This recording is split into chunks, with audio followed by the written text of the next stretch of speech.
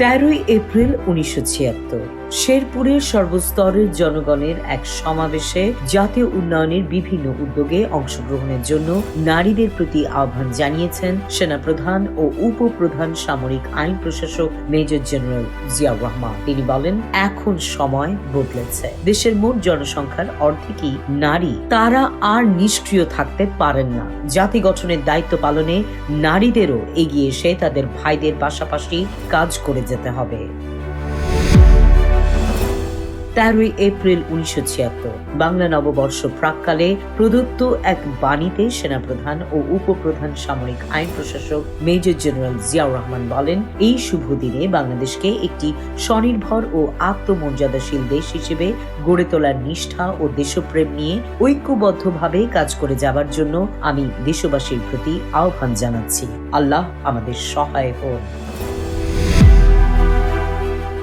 13 April 1977 76 সালের 29 October তার উপস্থিতিতে চট্টগ্রামে যে শহর উন্নয়ন কমিটি গঠিত হয়েছিল, সেই কমিটির বিভিন্ন উন্নয়ন কাজের অগ্রগতি দেখার জন্য আজ এখানে আসেন সেনাপ্রধান ও প্রধান সামরিক আইন প্রশাসক মেজর জেনারেল জিয়াউর রহমান। এই সময় শহরের মাঝখানে জনাকীর্ণ যেসব সড়ক রয়েছে সেসবের উন্নয়নের জন্য তিনি 1 কোটি টাকা বরাদ্দের কথা ঘোষণা করেন। এছাড়া শহর উন্নয়নে আরো কিছু ব্যবস্থা গ্রহণের নির্দেশ দেন জিয়াউর রহমান। 13 এপ্রিল 1978 সফররত বার্মার পররাষ্ট্রমন্ত্রী মিস্টার মিয়ে মৌ সন্ধ্যায় বঙ্গভবনে প্রেসিডেন্ট জিয়াউর রহমানের সঙ্গে সাক্ষাৎ করেন। এ সময় তারা দ্বিপাক্ষিক নানা বিষয় নিয়ে আলোচনা করেন। 13 এপ্রিল 1978 প্রেসিডেন্ট জিয়াউর রহমানের সিদ্ধান্তে 1384 পঞ্জিকা বছরের জন্য কৃষি উন্নয়নের ক্ষেত্রে প্রেসিডেন্ট পুরস্কার পেলেন 92 জন।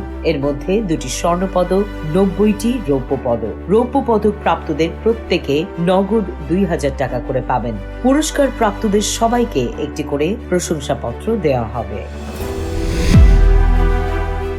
13 এপ্রিল 1979 প্রেসিডেন্ট জিয়াউর রহমানের জন্ম নিয়ন্ত্রণ কর্মসূচিতে সহযোগিতা দিতে এগিয়ে এলো যুক্তরাষ্ট্র।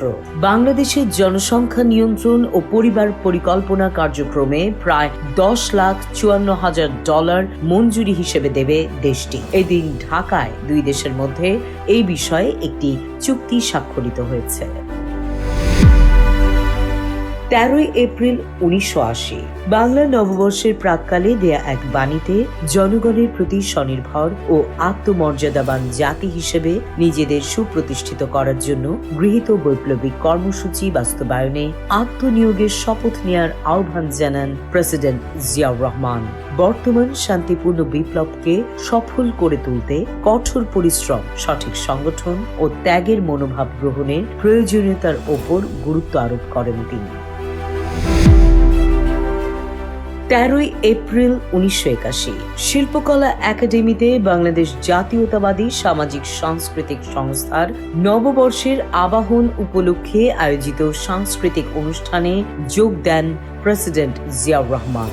রাত 12:01 প্রথমে দলীয় সঙ্গীত ও পরে এসো হে বৈশাখ গানটির মাধ্যমে অনুষ্ঠান শুরু হয়। অনুষ্ঠানে জেলে ও মণিপুরী নৃত্য সহ আকর্ষণীয় নৃত্য এবং সবশেষে অ্যাক্রোবেটিক প্রদর্শন করা হয়। এছাড়া অনুষ্ঠানে ছিল কবিতা পাঠের আয়োজনও।